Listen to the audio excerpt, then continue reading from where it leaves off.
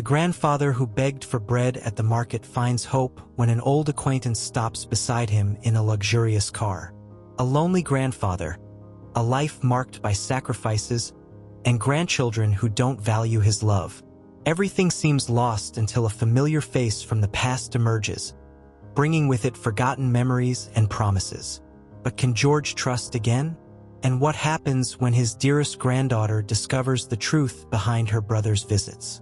This is a tale of emotional twists and tough choices. Mr. George was a man who, despite all the adversities in life, always kept a smile on his face and kindness in his heart. Widowed for over 20 years, he dedicated his entire life to raising his 3 grandchildren after the tragic death of his daughter. Since then, he had become the pillar of that small family, sacrificing his own dreams and needs to ensure his grandchildren lacked nothing. George always believed that by taking good care of his grandchildren, he was honoring the memory of his wife and daughter. He never complained about the difficulties, facing each day with the same determination he had when he was young. Now, nearing 80, his health was no longer what it used to be, but his willpower remained unshaken. Living on a modest pension, he led a simple but dignified life. However, the relationship with his grandchildren, which had once been his greatest joy, had become a source of sorrow. The 2 older grandchildren, Robert and Steve, had grown distant from the values George had always cherished. Over time, they became selfish and greedy, and their visits were marked by requests for money. George, aware that his grandchildren were using the money for frivolous things, couldn't bring himself to say no. His kind heart didn't allow him to deny help, even knowing they were exploiting his generosity. On the other hand, Anna, the youngest granddaughter, seemed to be the only one who had inherited George's kindness. However, due to her job in a distant city, she rarely visited her grandfather, believing her brothers were taking care of him.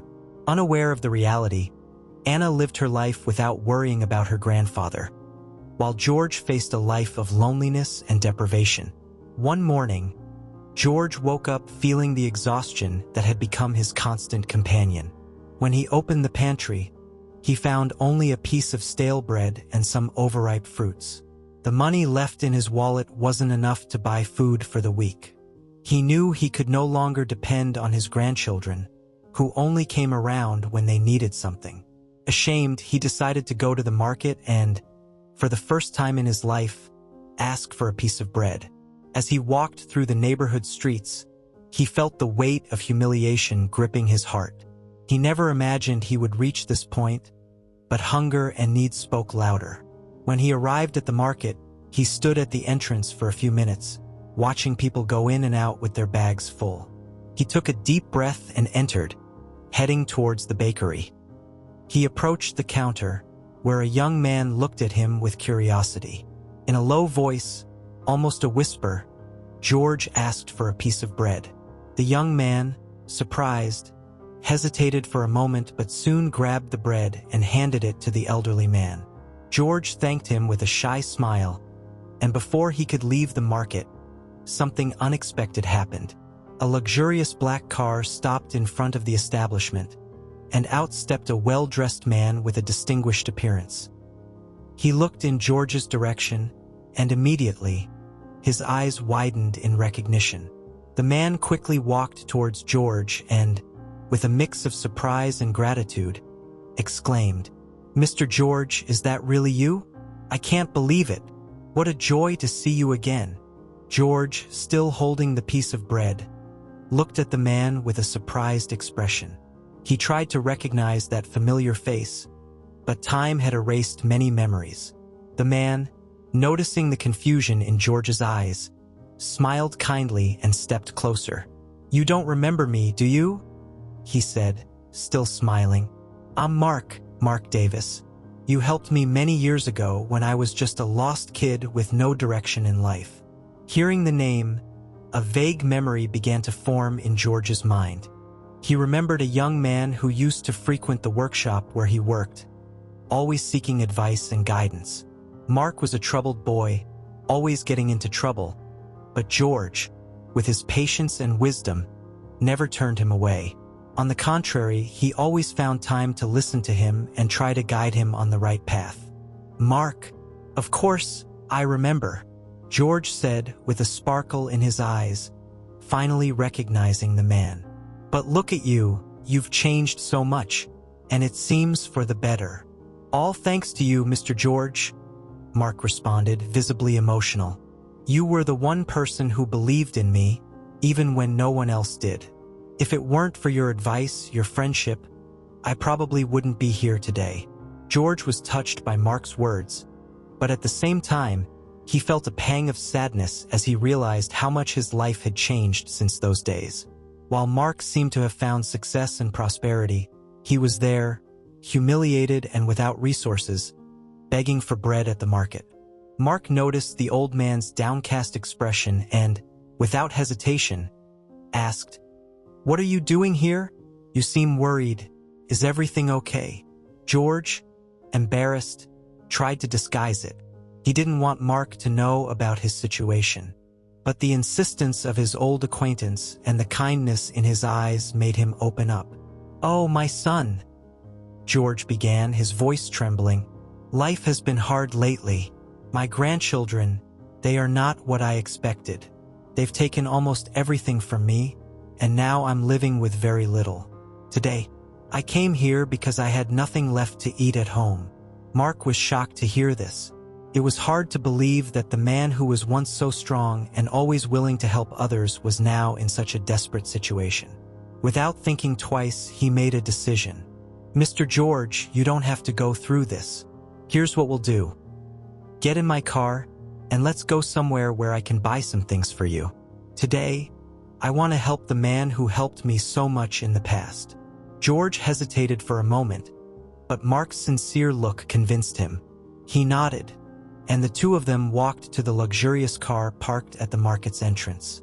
During the drive, Mark shared more about his life, how he had become a successful businessman in the construction industry.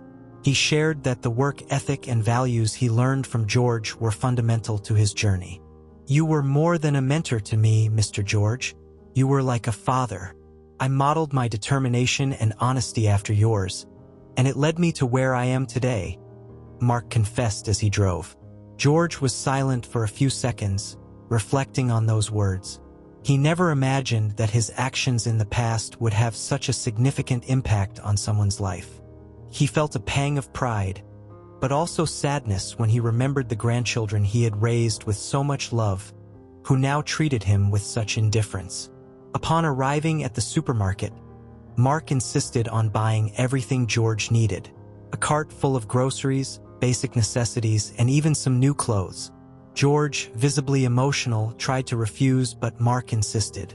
"This is the least I can do for all you did for me," Mark said firmly. "And don't worry, I'll be around from now on. You won't go through hard times anymore."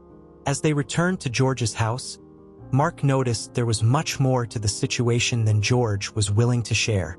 George, for his part, felt a mix of gratitude and shame, struggling internally to accept the help without feeling humiliated.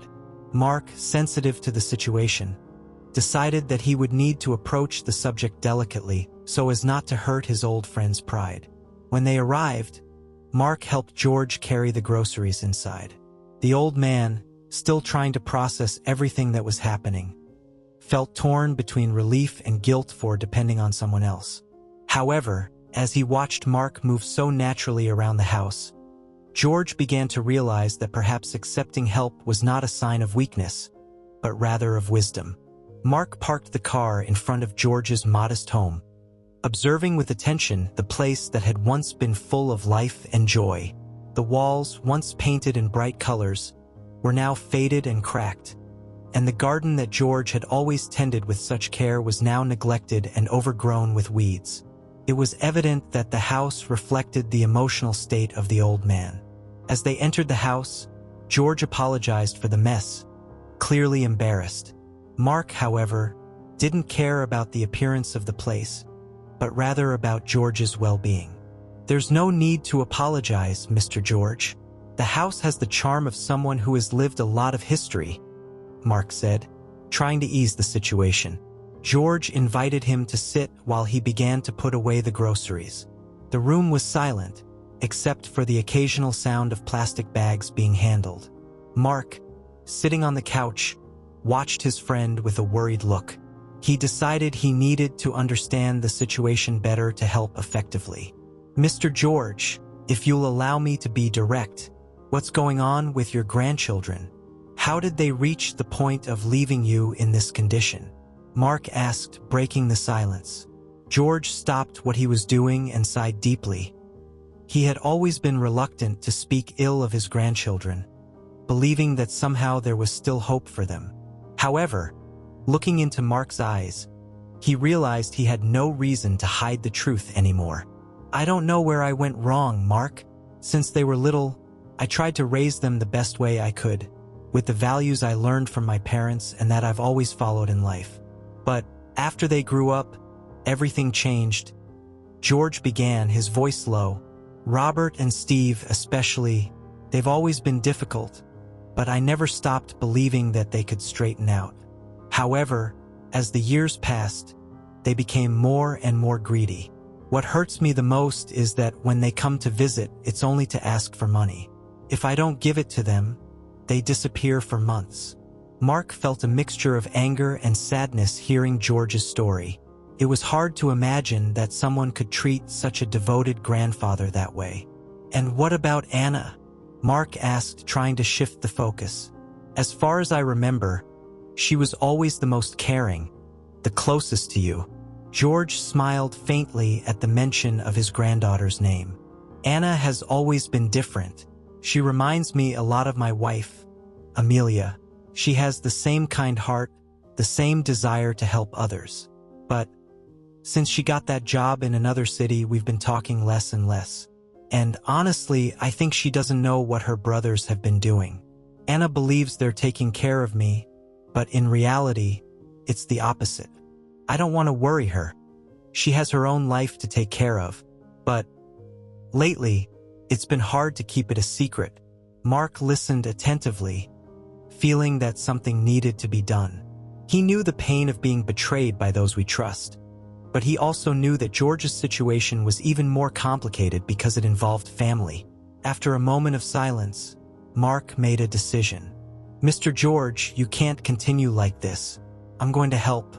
The first thing we need to do is contact Anna and tell her what's happening. She has the right to know," Mark said firmly. "But Mark, I don't want to be a burden to her," George replied, worried. "You're not a burden, Mr. George. On the contrary, she'll want to help. I'm sure of it. And more than that, she needs to know so that we can solve this situation together. Those ungrateful grandchildren of yours can't continue doing this to you," Mark responded. George hesitated, but he knew Mark was right. He had reached his limit and couldn't handle it alone anymore. He nodded, agreeing to call Anna. Mark, noticing that George was shaken, offered to make the call for him. A few minutes later, with the phone in hand, Mark dialed Anna's number. He waited anxiously as the phone rang until she finally answered. "Hello? Who's calling?" Anna's voice sounded on the other end of the line, filled with surprise and curiosity upon receiving a call from an unknown number. "Anna, this is Mark, an old friend of your grandfather's. We need to talk. It's about your grandfather, and it's very important." Anna's voice instantly changed, becoming serious and worried. She knew that if someone was calling to talk about her grandfather, it couldn't be a good sign. "Sure, Mark. What happened? Is my grandfather okay?" Anna asked, her voice trembling. Mark looked at George, who was sitting on the couch, his hands trembling slightly with nervousness. Mark knew that this conversation could change everything, but he also knew it was necessary. "Anna, your grandfather is going through a tough situation, and we need your help. I'll explain everything." Mark began to carefully recount all the details that George had shared. On the other end of the line, Anna listened in silence, but it was possible to sense the growing indignation in her voice. When Mark finished, there was a long silence before Anna finally responded. "I can't believe my brothers were capable of doing this," Anna said. her voice choked with emotion. "I'm coming home as soon as possible. Mark, please take care of my grandfather until I get there. Don't let anything happen to him." Mark assured her that he would be by George's side, and after hanging up, he felt that a significant step had been taken. George, though still worried, felt a glimmer of relief knowing that Anna was on her way. With Anna's imminent return, the tension in George's house began to rise.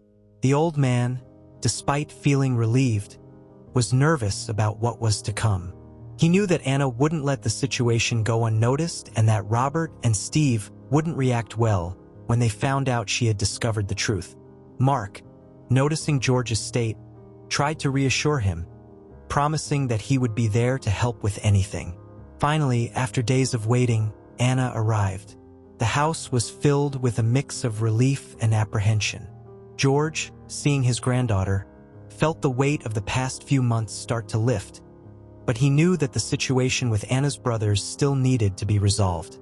The days that followed were filled with palpable tension at George's house. Mark remained by his old friend's side, helping with daily tasks and ensuring that he didn't have to worry about basic needs. The wait for Anna's arrival seemed endless, and the uncertainty about her brother's reaction hung in the air like a storm cloud ready to burst. When Anna finally arrived, the house was filled with a mixture of relief and apprehension. She entered the house with quick, determined steps, bringing with her a renewed energy that seemed to brighten the atmosphere. When she saw her grandfather, she ran to him and embraced him tightly, as if trying to make up for all the time she had spent away. "Grandpa, forgive me for not coming sooner, for not seeing what was happening," Anna said, tears in her eyes. "I never imagined things were so difficult for you." George returned the embrace, feeling the warmth and sincerity in his granddaughter's gesture. It was as if a tremendous weight had been lifted from his shoulders. He knew that with Anna there, things would start to change. "Don't blame yourself, my dear.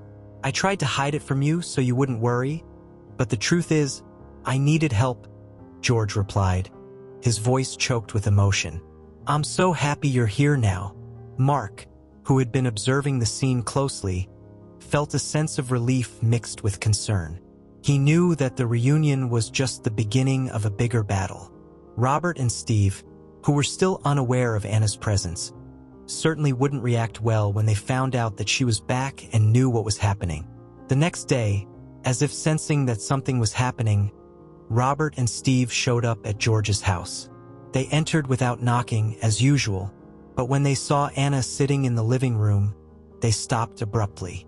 The two exchanged glances, visibly uncomfortable. "Anna, what are you doing here?" Robert asked, trying to sound casual, but the surprise in his voice was evident.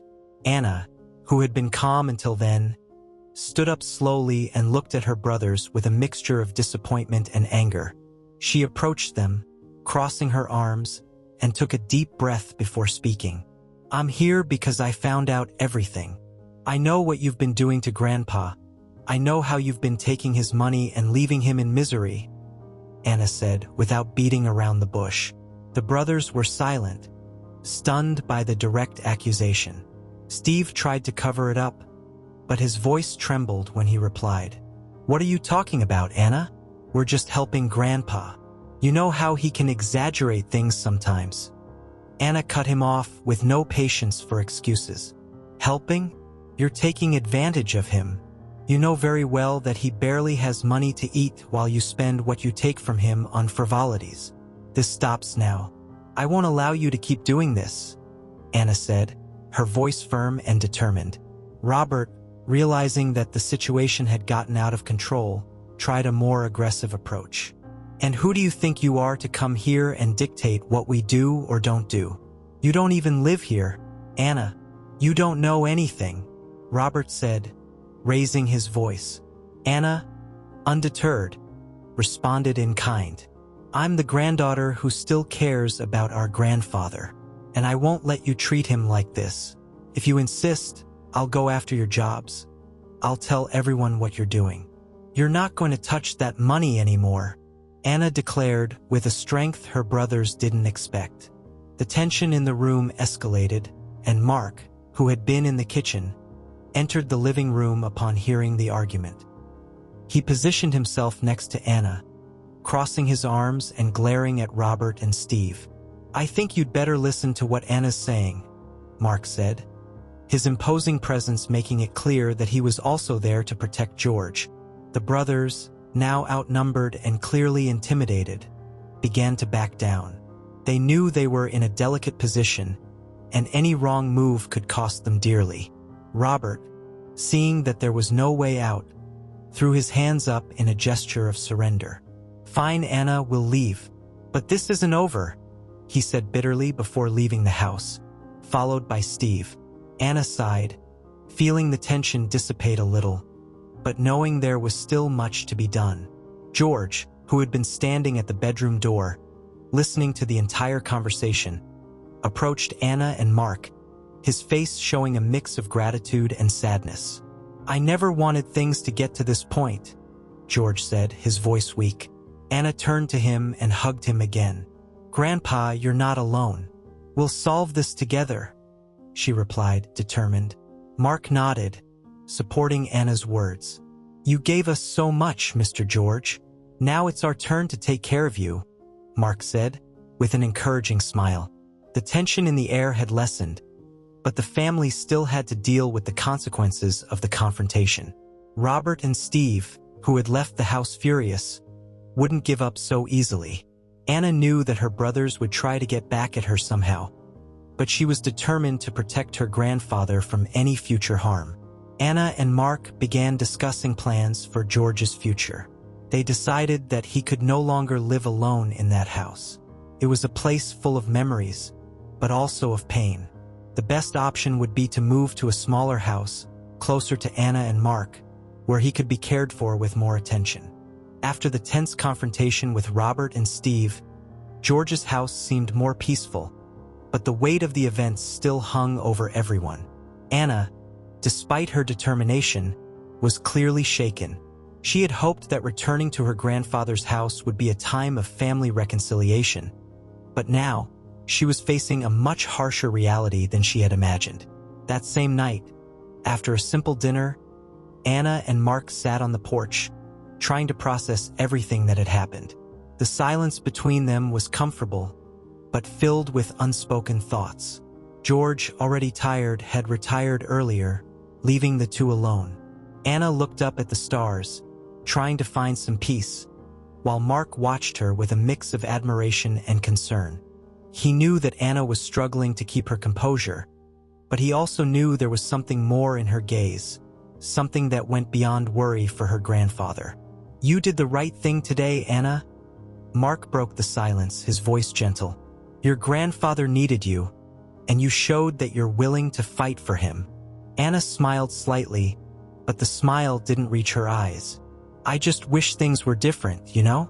I wish my brothers were different, that our family was more united. But it seems the more time passes, the more distant we become," she replied, her voice choked with emotion. Mark nodded, understanding the weight of her words. He also had his own family scars and knew how complicated those relationships could be. "I understand, but sometimes we have to accept that some people won't change. And what's important is to take care of those who really matter, like your grandfather," Mark said, trying to comfort her. Anna looked at Mark, feeling a wave of gratitude that he was there. Over the years, she had always known that Mark was a special person. But now, seeing how willing he was to help, she realized that her feelings for him went beyond friendship. "Mark, I don't know what I would have done without you. I know we've known each other for a long time, but today I realized how important you are to me," Anna said, her heart racing. Mark looked into her eyes, realizing the depth of what she was saying. He, too, had harbored feelings for Anna all these years, but never had the courage to express them, fearing it would ruin their friendship. Now, seeing the honesty in her eyes, he felt that the time was right. "Anna, I need to be honest with you," Mark began, gently taking her hand. "Since we were young, I've always had a special affection for you. I admired your kindness, your strength, and that's never changed. It only grew stronger over time. Anna felt her heart race, Mark's words echoing in her mind like a long-awaited melody. She had always suspected there was something more between them, but hearing it directly from Mark made her feel like she was finally finding herself. "I feel the same way, Mark," Anna confessed, squeezing his hand. "I think I've always felt it, but never had the courage to admit it, not even to myself." The silence that followed was filled with a sweet tension, an anticipation they both knew was about to be fulfilled. Mark slowly leaned in toward Anna, and she did the same until their lips met in a soft but meaningful kiss. It was as if all the repressed emotions, all the guarded feelings, were released in that moment. When the kiss ended, both remained silent for a few moments, letting the emotions settle. Mark, still holding Anna's hand, looked at her with a smile. "This changes everything, doesn't it?" Mark asked, his voice gentle. "Yes, it does," Anna replied, with a smile that now reached her eyes. "But it's a change I'm ready to embrace." That same night, after talking more about their feelings and what the future might hold for them, Anna and Mark decided that they needed to share the news with George. They knew he would be happy to know that something good was emerging amidst so many difficulties. The next morning, the two found George in the kitchen, preparing breakfast. The old man seemed to be in good spirits, perhaps relieved to know that Anna was there to stay. When the two approached, George smiled at them but quickly noticed something different in their expressions. "What is it, my dear ones?" George asked, curious. Anna and Mark exchanged a glance, and it was Anna who spoke first. "Grandpa, Mark, and I have something to tell you," she said, holding Mark's hand. George looked at the two, waiting for them to continue. "The truth is, we've realized we have feelings for each other," Mark explained with a shy smile. "And we've decided that we want to be together." George's eyes filled with tears of happiness. He had always believed that Anna and Mark would make a beautiful couple, and now, seeing this dream come true was more than he could ask for. "This is wonderful, my children. I always knew you were meant for each other," George said, his voice emotional. The trio shared a hug, feeling that despite all the challenges, something beautiful was blossoming. However, there was still one last important decision to be made. Mark, who had always felt connected to George and now even closer to Anna, had something else in mind. "Mr. George, Anna, I was thinking," Mark began, a bit hesitant. "What if we moved together to a new town, start fresh, away from all this, where we can take care of each other and leave these problems behind?" Anna looked at Mark, surprised by the suggestion, but the idea quickly began to make sense to her. It would be an opportunity to leave the ungrateful brothers behind and build a new life based on love and mutual respect. George, for his part, looked at the two, feeling torn. On the one hand, he feared leaving behind the house where he had lived for so many years, full of memories. But, on the other hand, the prospect of a new life with people who truly cared about him was tempting. I need to think about it," George said finally, feeling the weight of the decision that lay ahead. George spent the next few days reflecting on Mark's proposal. The idea of leaving the house where he had built so many memories wasn't easy to digest. Every corner, every piece of furniture, every detail of the house brought back memories of his wife, Amelia, and the times when he still had the strength to care for his young grandchildren. But, on the other hand, the house now also represented a place of pain, loneliness, and disappointment with the ungrateful grandchildren. Anna and Mark, for their part, respected George's time. They knew the decision wouldn't be easy for him and were willing to support whatever choice he made. In the meantime, they continued to care for the grandfather with love, trying to bring back some of the life that had been lost over the years. Finally, on a sunny morning, George called Anna and Mark to sit with him in the living room. He was calmer, with a look that conveyed peace, as if he had already reached a conclusion. "My dear ones, I've thought a lot about your proposal," George began, holding Anna and Mark's hands. "This house has a great sentimental value to me, It's the place where I lived with my wife, where I raised you, where I experienced the best and the worst moments of my life.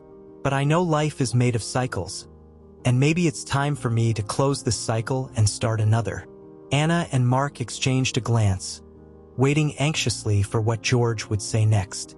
"I realize that it doesn't make sense to stay here, alone, stuck in memories that, as precious as they are, won't change the present," George continued.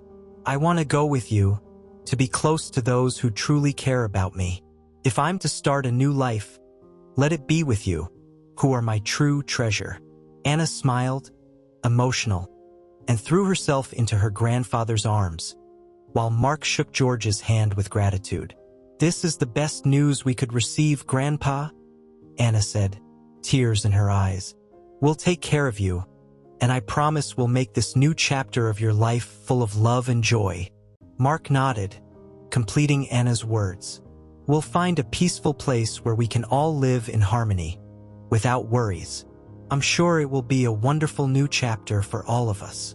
With the decision made, the trio began preparing for the move. Mark used his contacts to find a comfortable house in a nearby town, where George could have the peace he so deserved. The house was simple but cozy, with a garden that George was already imagining tending, planting flowers as he had in the good old days. On the day of the move, George bid farewell to the old house with a mix of sadness and hope. He walked through the rooms one last time, silently thanking for everything he had experienced there.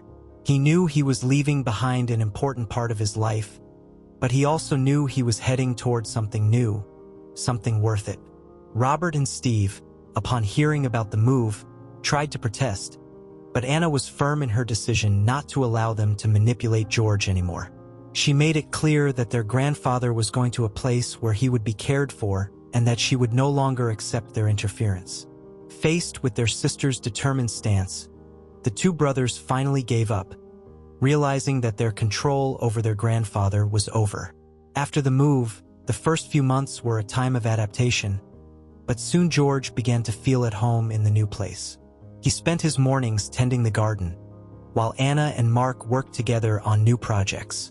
Mark, as a businessman, found opportunities in the new town, and Anna, who had always dreamed of working closer to home, found a job that allowed her to spend more time with her grandfather.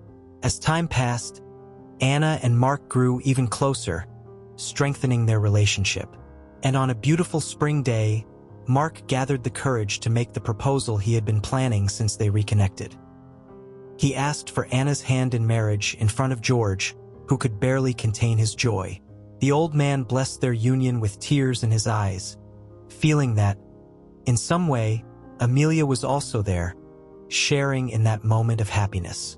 The wedding was simple but full of meaning, with a few close friends and family, but with a lot of love and gratitude.